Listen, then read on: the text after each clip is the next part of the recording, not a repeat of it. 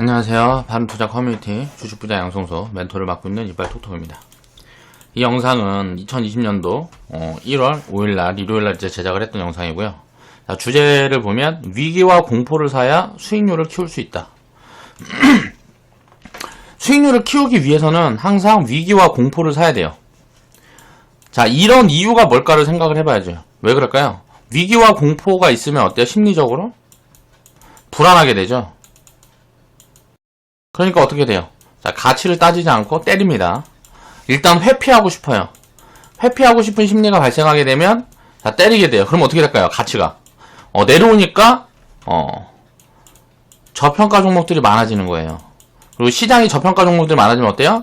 전체적으로 싸지는 거죠. 가격이 싸지는 거죠, 상대적으로. 자, 그러면 이게 비싸냐 싸냐를 논할 때 우리가 생각을 했을 때 여러 가지 대입 기준들이 있을 거예요. 그런 부분들을 이제 판단을 해서 위기와 공포가 극심한 걸 사면 어떻게 돼요? 자, 이게 이제 리스크라고 생각을 하죠, 사람들은. 근데 이게 리스크가 아니고 오히려 기회인 거예요. 어떤 리스크가 있어요. 야, 전쟁이 날 거다 라는 리스크가 있어요. 이대로 가면 이거 전쟁 나는 거 아니야 하면서 불안 심리를 작용하면 어떻게 돼요? 그러면은 많이 빠지겠죠. 예를 들어서 북한이 증시가 상장이 돼 있다고 생각을 해봅시다. 그러면 트럼프가 김정은을 때려 죽일 거야. 그러면은 이제 불안하니까 북한 증시가 폭락하겠죠.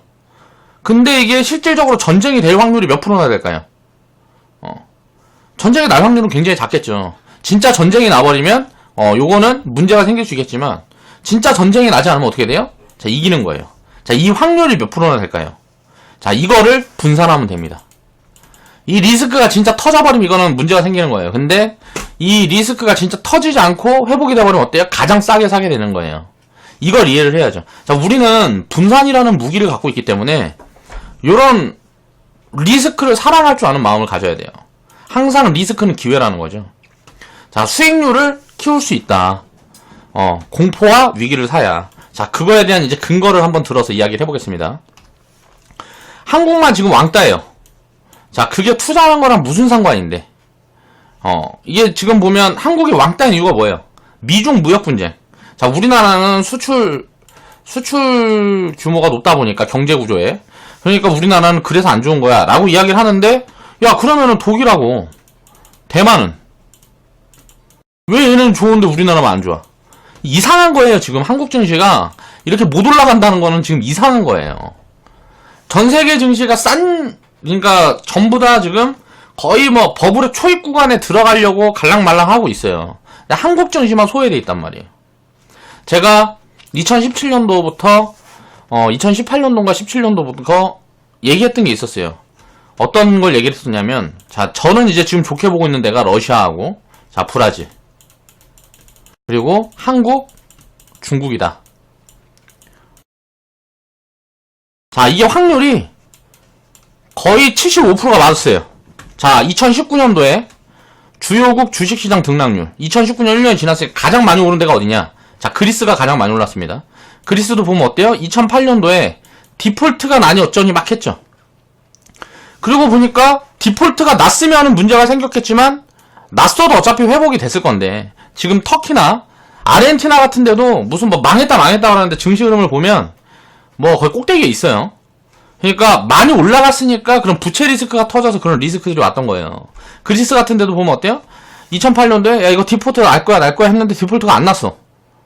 막 자금 융통해주고 했단 말이야. 그러니까 디폴트가 안 나니까 어때요?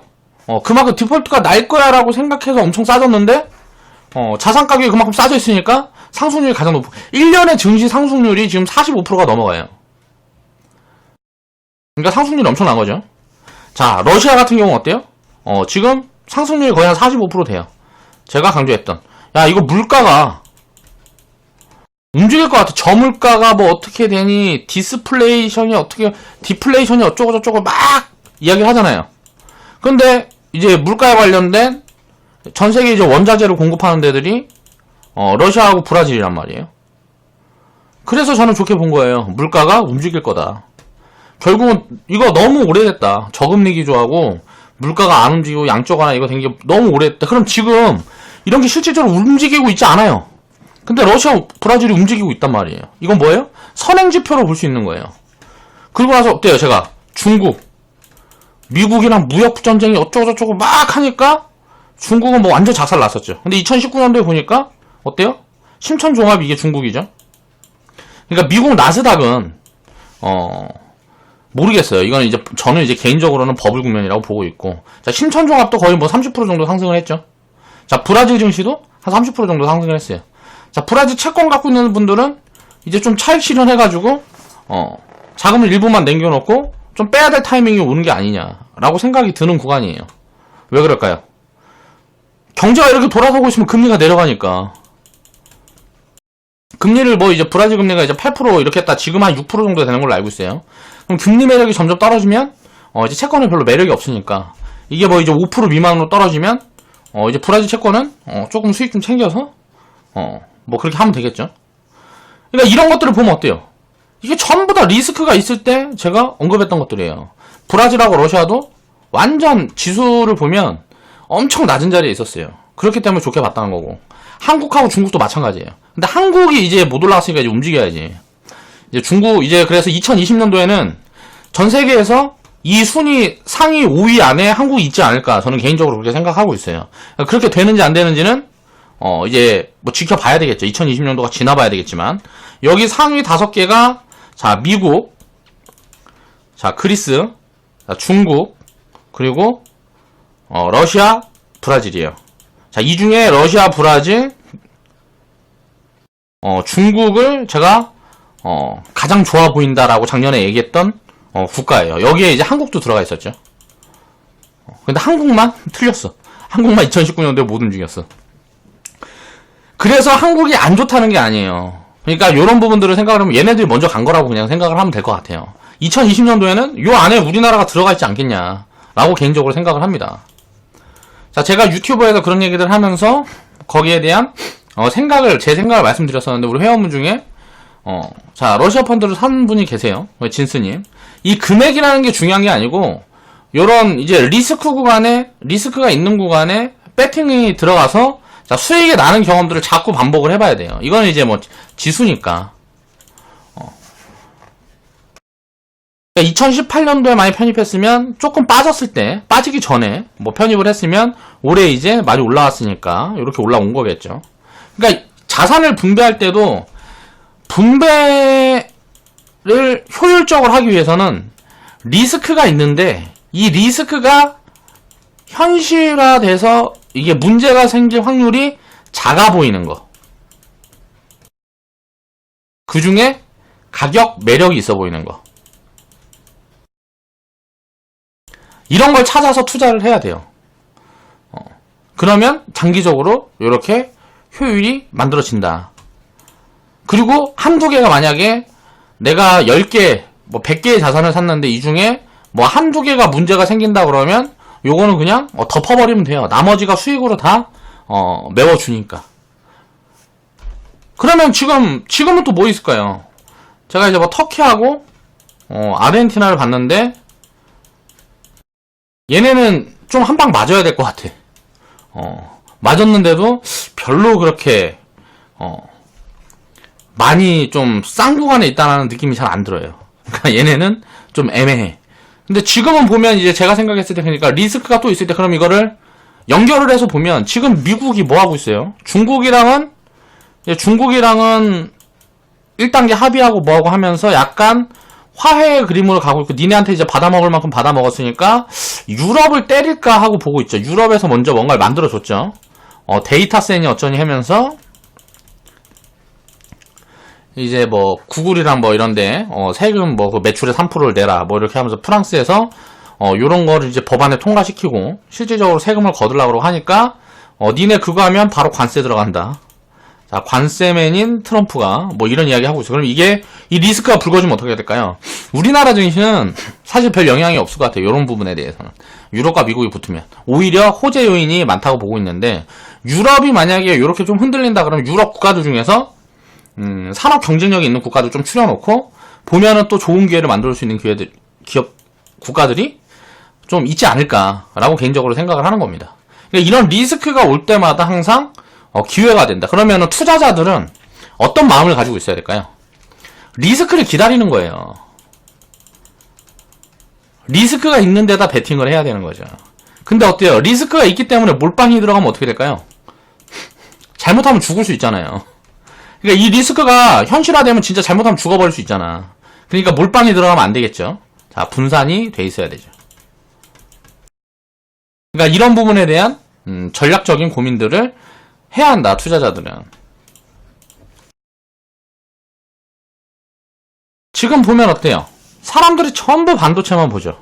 그러니까 단기적으로는 이제 회피해야 될 구간에 왔어요. 더 올라가더라도, 이제 어느 정도 올라가더라도 다시 내려오는 구간을 기다려야 되는 그런 구간에 이제 반도체는 왔다고 보고, 지금 이제 악재가 막 있는 것들이 뭔가를 생각을 해보면 돼요. 2차전지. 맨날 뉴스에 ESS가 불났고, LG화학이랑 뭐 SK랑 무슨 맨날 치고받고 한다 그러고, 막 그런 얘기들만 막 있잖아요. 중국에 있는 뭐 3위 회사가 망했다 그러고, 요런 걸 보란 말이에요. 그러면은 요 중에서 찾는 거지. 지금 IT 삼성 SDI 같은 경우랑 우리나라 보면 SK 이노베이션은 좀 애매하고, LG화학하고 대형주 보면 삼성 SDI밖에 없어요. 근데 저번 영상에서 얘기했었지만 여러 가지 포인트를 좀 더해보면 화학이 지금 어때요? 업황이 안 좋죠. IT는 어때요? 업황이 좋으니까 IT는 좀 많이 올라와 있잖아요. 그쵸? 그러니까 얘가 더 매력적인 거지. LG화학이. 장기적인 관점으로 놓고 보면. 요런 관점에 대응을 하는 거예요. 그리고 나서 이제 2차 전지를 뭐 부품이고 장비고 뭐고 내가 여기서 공부를 조금 더 하겠다. 그럼 수익률을 더 키울 수 있는 방법들을 고민을 해야 되겠죠. LG화학이 공장이 늘린다는데 여기에다 납품 들어가는 기업들이 뭐지? 그런 장비 회사들 찾아보는 거예요. 그리고 소재 기업들 찾아보고. 그렇게 하면 어떻게 돼요? 이렇게 하면서 이제 2차전지 섹터 내에서도 분산을 해야 되겠죠. 2차전지 섹터 내에서도 어떤 거 하나만 갖고 있는 건 리스크한 거예요. 이 안에서도 분산을 해야 되는 거죠. 지금 악재 있는 것들만 또 찾아보면 뭐 있어요? 전 세계가 마이너스 금리다. 자, 이거 전 세계적인 디플레 공포가 어쩌고저쩌고 하면서 연준 의장이고 무슨 뭐 드락이고 언론에 나와서 계속 얘기를 한단 말이에요. 자, 이거 우리가 전부 다 이거 디플레라는 게 문제가 될 거다라는 걸 알고 있으면 어떻게 될까요? 해결하려는 노력을 하겠죠. 자, 이 디플레를 벗어난 게 누구예요? 일본이 있겠죠. 일본이 어떻게 벗어났어요, 이거? 막 재정 풀어갖고 막 이제 뭐 어떻게 투자 살리니 어쩌니 하면서 이렇게 해서 벗어나고 있단 말이에요. 아베가 들어선 다음에. 그러니까 이런 부분들은 어떻게 돼요? 지금 유럽이 따라하려고 생각을 하고 있단 말이에요. 일본이 근데 이제 뭐 언론에서 이제 부채가 엄청나게 커져서 일본의 이제 뭐 재정 부채라든가 이런 게 엄청나게 커져서 이제 뭐 위험할 거다라는 뭐 이런 식의 이야기들을 굉장히 많이 하는데, 오히려 유럽에서는 요게 일본이 디플레 시대를 벗어난 이 전략이 성공적이다라고 이거를 도입하려는 국가들이 지금 유럽에서 보인단 말이에요. 그러니까 전 세계에서 진행되고 있는 마이너스 금리, 결국은 이제 금리 인하가 계속될 거다라고 사람은 생각을 하고 있고, 많은 사람들이 그렇게 얘기를 하고 있어요. 자, 이걸 믿으면 안 돼요. 2017년도만 생각을 해보세요. 그때 전부 다 금리 인사 계속 한다고 그러고, 예? 미국이 막 연준에서 금리 계속 올리고 할 때 어떻게 됐어요? 자, 2018년도에는 금리를 무슨 뭐 몇 번 올리고 막 계속 그런 얘기만 했단 말이에요. 2018년도부터 금리 내렸잖아요. 금리 정책이라는 건 경제 흐름에 따라서 맞춰가는 거기 때문에 이거는 후행성이에요, 후행성. 그러면 금리가 인상할 때 수혜가 될 수 있는 기업들이 뭐가 있을까? 그럼 지금은 가치주들이란 말이에요. 그런 것들 섞어놔야 돼요. 가치주들을 무조건 섞어놔야 되는데, 왜? 정확한 타이밍에 잡을 수 있다는 거는 아무도 알 수가 없기 때문에 요런 악재들이 있을 때 봐야 된다. 우리 회원분 중에 KB금융을 요때 물어보신 분이 있어요. 살까요? 제가 뭐라 그랬을까요? 글쎄요. 밸류 매력이 별로 좋아 보이지 않는다. 그렇게 비싸 보이진 않는데 좋아 보이진 않는다. 그래서 저 같으면 안 살 것 같아. 뭐 이런 식으로 얘기를 했단 말이에요. 제가 이제 매수 사인을 낸 데가 어디예요? 여기에요. 지금 이제 뭐 10몇 프로 정도 수익 구간에 있는데, 이게 이제 금리 인상하고 하면 어떻게 될까요? 밸류가 지금 보면 그냥 상승 여력이 한 7, 80% 정도 남아 있어요.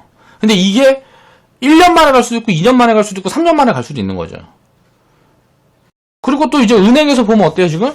무슨 뭐 DLS가 터지고 뭐 이런 거 저런 거 터지고 뭐 해가지고 라임 사태 터지고 막 해서 뉴스 보면은 엄청 막 은행 무슨 뭐 망할 것처럼 막 떠드는 데들 많잖아요. 그리고 막 뭘 갖고 또 얘기를 하고 있어요.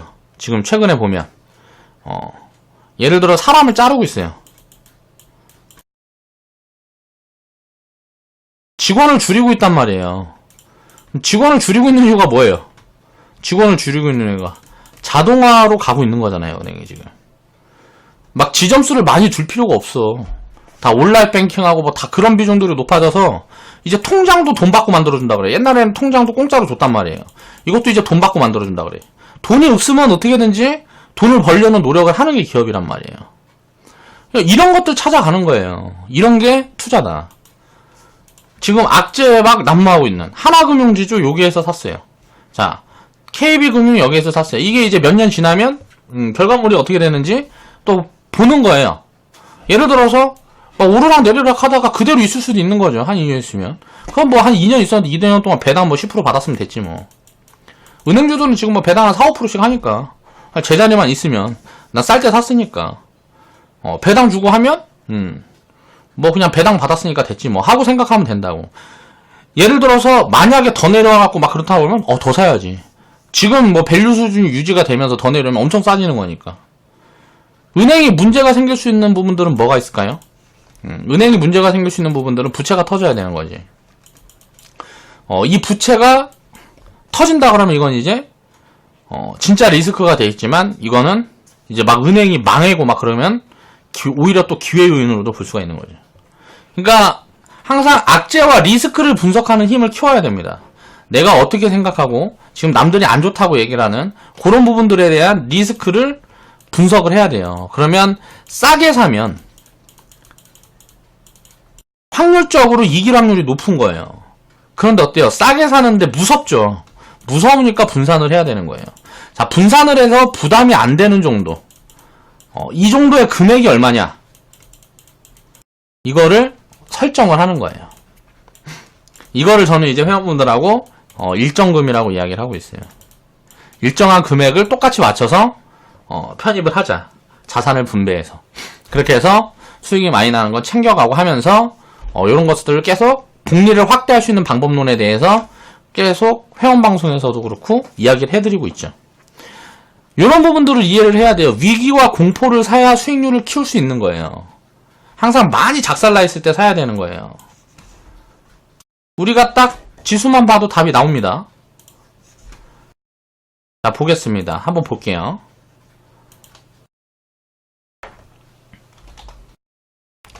나스닥을 보면 야, 엄청나게 올랐네 했는데 이게 보니까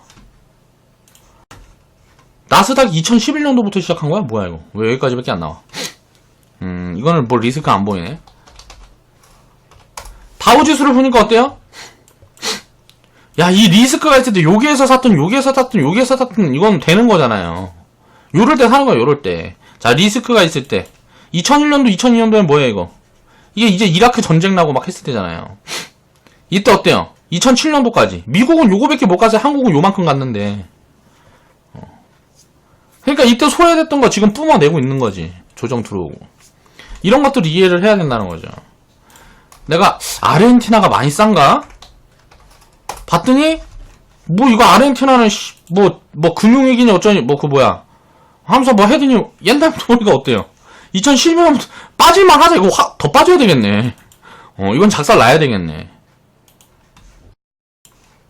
베트남이 거의 꼴찌예요. 자, 보면 베트남이 우리나라 코스피보다도 못 올랐습니다. 왜? 그 전에 많이 올랐으니까.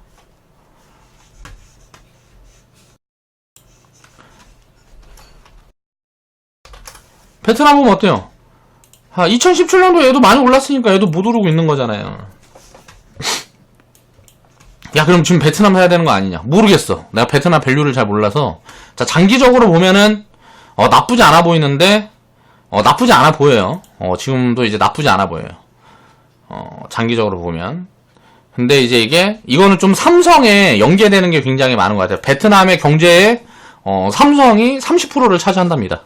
그러니까 그 부분 삼성이 잘 나가면은 좋겠죠. 그러니까 이런 부분들을 좀 체크를 해봐야 될 것 같고. 야, 엄청 올랐네. 자, 베트남도 2008년도에 투자했으면 대박이었네. 그렇죠? 이런 것들이 보여지는 거예요. 독일. 자, 이거 리스크 있을 때 항상 보면은 2002년도에 막 이거 이라크 전쟁 있고 할 때 이거 많이 빠졌네, 독일은. 2008년도에. 그리고 2011년도에. 2013년도에. 유럽 리스크 있고 할 때. 요럴 때 담아놨으면 어때요? 요럴 때 담아놨으면 쭉 가고 있는 거잖아. 중간중간 또 리스크 나왔을 때 똑같은 거야. 계속 리스크 나올 때는 그냥 항상 기회인 거예요. 이런 것들을 이해를 해야 된다는 거죠. 위기 리스크에 사면은 지금까지 본 것들만 봐도 어때요? 위기 리스크에 사갖고 손해인 게 있어요? 중국 심천. 자, 미중 무역 분쟁. 자, 2018년도에 보면 어때요? 심천이 2019년도에 1등이에요, 1등. 제일 많이 올라왔어요. 제가 이제 중국 주식 막 얘기할 때가 요때 구간이고. 중국 상해 종합지수 보면 어때요? 자, 이때 리스크 있을 때, 2008년도에 리스크 있을 때, 2011년도, 13년도 유럽 리스크 있을 때, 요럴 때 담아놨으면 어때요? 다 보면은 좋은 기회잖아요, 이게. 나중에 중국도 어떻게 되겠어요? 여기까지 가겠죠. 자본시장 개방한다는데. MSCI 무슨 그거 지수 편입한다고 우리나라도 비중 줄이고 대만도 줄이고 다 중국사라고 막 미국에서 그랬었잖아요. 그러니까 이런 것들을 생각을 해보면 어때요? 항상 리스크가 있을 때 이게 전 세계에서 우리나라도 마찬가지라는 거야, 항상. 항상 보면 어때요? 리스크가 있을 때. 역사적으로 지는 적이 거의 없어요. IMF 때. 자, 2001년도 이때가 언제예요? 9.12 테러 있을 때. 자, 이때가 이라크 전쟁 있을 때. 그리고 나서 어때요? 버블 한번 키워주고. 자, 2008년도 금융위기, 2011년도, 2013년도 유럽 리스크, 그리고 2015년도 브렉시트, 그리고 지금 2018년도 미중 무역 분쟁. 다 나오잖아요. 항상 요럴 때가 기회라고. 여기서 이런 리스크 있을 때 사갖고 한 번이라도 망한 적이 있어요? 한 번도 없잖아. 장기적으로 가면 그때가 그냥 항상 기회인 거예요.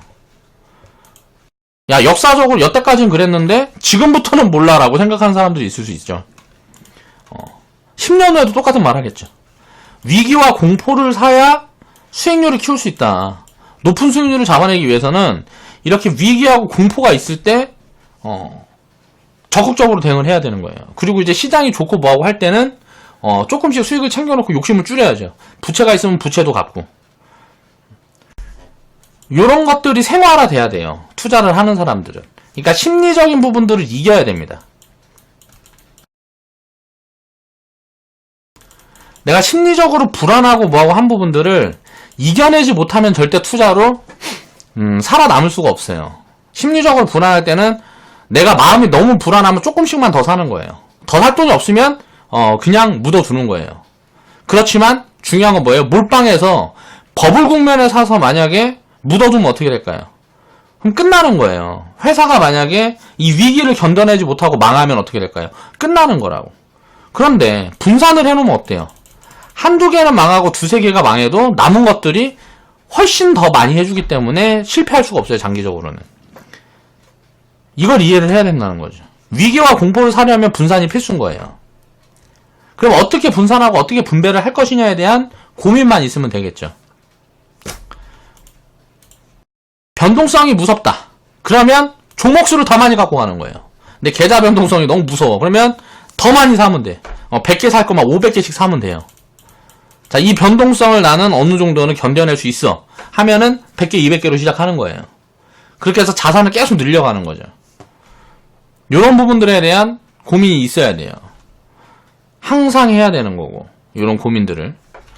그러니까 자산이 내가 예를 들어서 1억이 있는데 이걸 투자를 할 건데 딱 생각을 해보세요. 본인이 스스로 생각해갖고 1억이 예를 들어서 3천만 원이 됐다. 그럼 내가 마음이 어떨까를 생각을 해보는 거야. 아, 이건 난 죽을 것 같을 것 같은데? 그러면 어떻게 해야 돼요? 10만원씩 50만원씩 사요. 하나씩 사가라고. 공부해서 좋아 보이는 거를 하나씩 사서 모아가는 거예요. 같은 자산에다 담는 게 아니고 자산을 이렇게 쪼개서 담으면 리스크가 없어요. 장기적으로는. 그거를 긴 시간을 사면 되겠죠. 이게 저축식 투자인 거예요. 회원분들 중에서도 예를 들어서 내가 종목을 100개 갖고 있는데 이거를 너무 사고 싶은 게 있어. 그럼 돈 모아서 더 사면 된다. 예를 들어서 1억을 갖고 내가 투자금 1억인데 뭐 10만원씩 예를 들어서 100만원씩 갖고 있다 한 종목에. 그러면은 아이씨 애매하면 80만원으로 쪼개. 그냥 종목수 늘리면 돼요. 그리고 나서 뭐 한다면 수익 나는 거 좀 챙기고 뭐하고 하다가 뭐 이제 뭐 80만원이 뭐 수익이 뭐 내가 예를 들어 저축을 더 해야겠다. 그러면 어떤 종목에 사고 싶은데 팔고 싶은 게 없어. 80만원씩 모아가는 거야 한 종목씩. 그러다가 나중에 이제 자산 규모가 커지고 이제 뭐 수익이 많이 나는 종목도 있으면 좀 챙겨갖고 빼놓고 요걸 이제 반복하는 거죠. 초자는 수익 날 때까지 기다리는 거예요 항상. 그러니까 이런 부분들을 이해를 해야 위기와 공포를 살 수 있다는 거죠. 내가 이미 불안하지 않아야 돼. 내가 돈을 담아놓고 불안하지 않아야 위기와 공포를 계속 담아갈 수가 있는 거예요. 위기와 공포를 담아가면 수익률은 결국은 기하급수적으로 커질 수밖에 없는 거예요. 위기가 많을수록 공포스러운 구간이 많아질수록. 근데 지금 보면 어때요? 2017년도에 6월 9월 달에 갑자기 북한이 뭐 전쟁한다고 했다가 막 증시가 쫙 올라갔는데 그 이후에 이제 꺼질 때 보면 18년도 2월부터 뭐 미중 무역 분쟁, 그러더니 갑자기 2019년도 오니까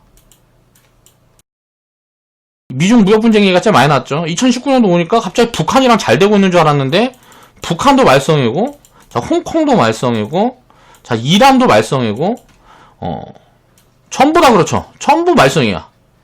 왜 그럴까요 이게? 북한하고 뭐 이란이고 뭐 얘네들 왜 그럴까? 다 지금 경제 위기에 있는 국가들이에요 이게. 홍콩만 빼고. 홍콩은 이제 민주주의에서 100년인가 살았는데 중국이 갑자기 공산화 시키려고 그러니까 얘네들이 반발하는 거고. 보면은 막 문재인 나라는 먹고 살기 힘들어 죽겠으니까 자꾸 이게 뭐 전쟁하자 막 이러는 거라고. 이런 것들을 이제 이해를 해야 된다는 거예요. 또 중국도 문제고, 무슨 보니까 또 이제 트럼프는 이제 중국이랑 싸우듯이 또 유럽이랑 싸운다 그러고, 일본도 지랄이고, 응? 뭐 수출 규제니 뭐니 갑자기 뭐 강제중용 해갖고 뭐 어쩌고저쩌고 하면서 국민 감정 건드리면서 편가르기 하고, 일본이나 한국이랑 똑같죠. 일본 정치인들은 일본 국민들 이제 뭐 해갖고 야 우리 이거 한국에도 이러다 보면 이거 계속 뜯겨야 돼. 그러면서 이제 뭐 자기 합리화 시키는 거, 이게 자기들 일이니까. 한국은 피해국이니까 이 피해에 대해서 분노하고 뭐하고 하면서 막 이제 뭐 뭔가 이게 막 해서 편가르기 하고, 야 경제를 생각해서 그래도 그러면 안 된다. 아니야 임마 이 새끼야, 내가 먹고 살 거 없어도 내가 자존심이 없냐 하면서 이제 막 싸우는 거죠. 이런 게 왜 생길까? 위기가 왜 이런 위기들이 생길까? 그냥 먹고 살기 힘들어서 그런 거예요. 먹고 살기 힘들어서. 그러면 사람들이 먹고 살기 힘들면 어떻게 될까요?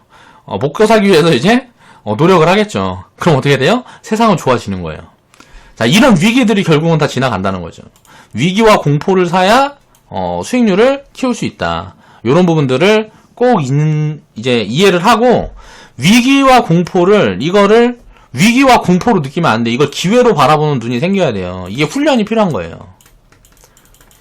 회원분들은 계속 이걸 이제 훈련을 하고 있습니다. 이게 이제 나중에는 빛을 발하는 시기가 반드시 올 거예요. 그러니까 제 영상을 보고 계시는 시청자분들도 이런 부분들에 대해서 한번 생각을 해보시고, 그 위기가 왔을 때 과거에, 지금은 어떻게, 앞으로 올 위기는 지금 진행되는 거니까 모르잖아. 그러니까 불안한데, 과거에 그 위기가 왔을 때 어떤 변화가 있었는지를 과거를 보면 어때요? 항상 그때가 기회였던 거야. 항상. 단 한 번도 안 빼고 항상 기회였어. 결국은 다 회복해줬고 영원히 회복만 해줬어요. 지구 멸망하진 않았어요 여태까지. 어차피 멸망하면 다 끝이니까. 멸망하기 전까지는 계속 회복된단 말이에요. 위기와 공포는 어떻게든지. 근데 이제 개개별로 보면 어떤 일개 국가나 뭐 쿠바 같은, 뭐 미국이랑 쌈박질했는데 져갖고 이게 뭐 장기화 돼버리면 베네수엘라나 뭐 이제 이렇게 될 수 있는 거잖아요. 쿠바나처럼. 그렇게 된 일개 국가, 그리고 일개 기업, 요런 데들은 망할 수 있죠. 국가도 망할 수 있어요. 기업도 망할 수 있고. 근데 세계는 망할 수가 없는 거지. 미국도 망할 수 있어요. 근데 미국이 망하면 어때요? 중국이 패권을 가지든가, 유럽에 누가 패권을 가지든가 또 하겠죠. 그러니까 어떤 국가는 항상 망할 수 있어요. 근데 이제 기업들보다는 국가가 망하기가 힘들고, 글로벌이 망하는 거는 불가능하죠. 누군가 망하면 거기 거를 갖고 올 거니까. 가져오는 애가 있으니까. 기업도 마찬가지죠. 어떤 기업이 망하면 그 기업 걸 가져오는 데들이 있잖아요. 그래가지고 결국은 독점기업들이 왜 생겨요? 다 망하고 얘만 살아남아서 독점기업이 생기는 거잖아요. 그러니까 돈은 돌고 도는데 그 돌고 도는 흐름을 정확하게 읽을 수가 없기 때문에 위기와 공포에 골고루 분산을 해두면 이긴다. 요런 관점으로 투자를 접근을 하라는 거죠. 자, 오늘 영상 여기서 마무리하겠습니다.